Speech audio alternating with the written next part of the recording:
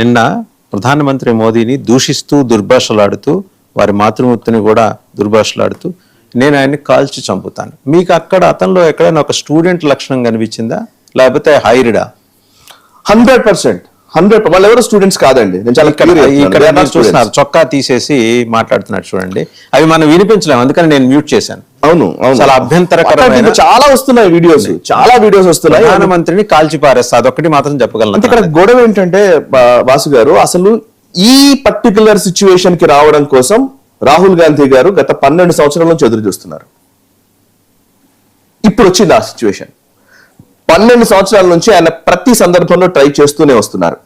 Rafale యుద్ధ విమానాల కొనుగోలు విషయంలో కావచ్చు, మాబ్ లించింగ్ కావచ్చు, అప్పట్లో ఈవెన్ సిఐఏ వ్యతిరేక ఆందోళనలు కావచ్చు, అప్పుడు షహీన్ బాగ్ లో ఇదే పరిస్థితి చేశారు. అప్పుడు ఏమైపోయింది, వర్కౌట్ కాలే. ఆ తర్వాత ఎన్ఆర్సీ విషయంలో ఇదే చేయాలనుకున్నారు, కుదరలే. అండ్ ఇప్పుడు ఫార్మర్స్ విషయంలో చేయాలనుకున్నారు, అప్పుడు వర్కౌట్ కాలేదు. అప్పుడు ఈవెన్ నరేంద్ర మోదీ గారు బయటకు వచ్చి ఫార్ములాస్ ను రిపీల్ చేయాల్సి ఒక డిసిషన్ తీసుకోవాల్సి వచ్చింది. అండ్ ఇప్పుడు ఏంటి, నీట్ విషయంలో మాట్లాడుతున్నారు. ఇప్పుడు గొడవ ఏంటి అసలు? వీళ్ళకి బేసికల్లీ రాహుల్ గాంధీ ఉన్నారు, నిజంగానే పార్లమెంట్ లో మాట్లాడాలన్నారు, పార్లమెంట్ లో మాట్లాడడానికి వాళ్ళు ఒప్పుకున్నారు. మనము ఇక్కడ ఏమవుతున్నామంటే, విద్యార్థులను అంచివేస్తారా ఇదే మాట్లాడుతున్నారు, కానీ అసలు విద్యార్థులు ఏం చేస్తున్నారు, పేరిట ఏం చేస్తున్నారు అనేది కదా కావాల్సింది. ఇప్పుడు అతను మాట్లాడిన పదజాలు డెఫినెట్ గా స్టూడెంట్ అయితే కాదు, అది చూసాం ఇందాక. ఒకవేళ స్టూడెంట్ అయినా సరే కఠిన చర్యలు తీసుకోవాలండి. ఒకవేళ స్టూడెంట్ అయినా సరే, స్టూడెంట్ అయితే వాళ్ళకేం కొమ్ములు లేవు. ఇప్పుడు మీరు నేను జర్నలిస్టులమే కొడతారండి, నాకు అర్థం కాదు. ఎవరు వాళ్ళు ఈ జర్నలిస్టులను కొట్టడం ఏంటి? అక్కడ ఎవరు కొట్టా సరే తప్పే.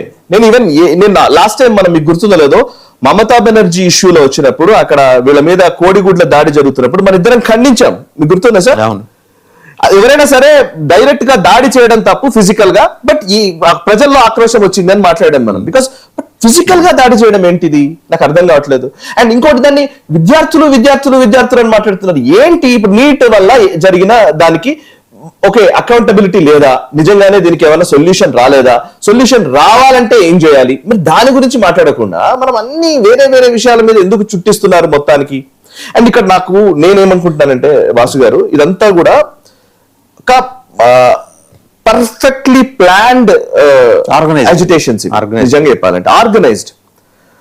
అక్కడ చూస్తే కూడా వాళ్ళందరూ ఏం చేస్తారు, వాళ్ళు ప్రొవోక్ చేస్తున్నారు, నువ్వు దాని మీద దాడి చేస్తే దాన్ని బేస్ చేసుకుని మేము మళ్ళీ ఉద్యమం బిల్డ్ చేద్దామని.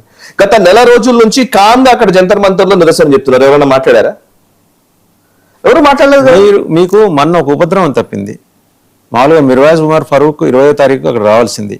ఆ ఉగ్రవాదిని తీసుకుని జమ్మూ కాశ్మీర్ సీఎం గౌరవంగా విమానంలో తీసుకొచ్చి అక్కడ ధర్నా చేద్దాం.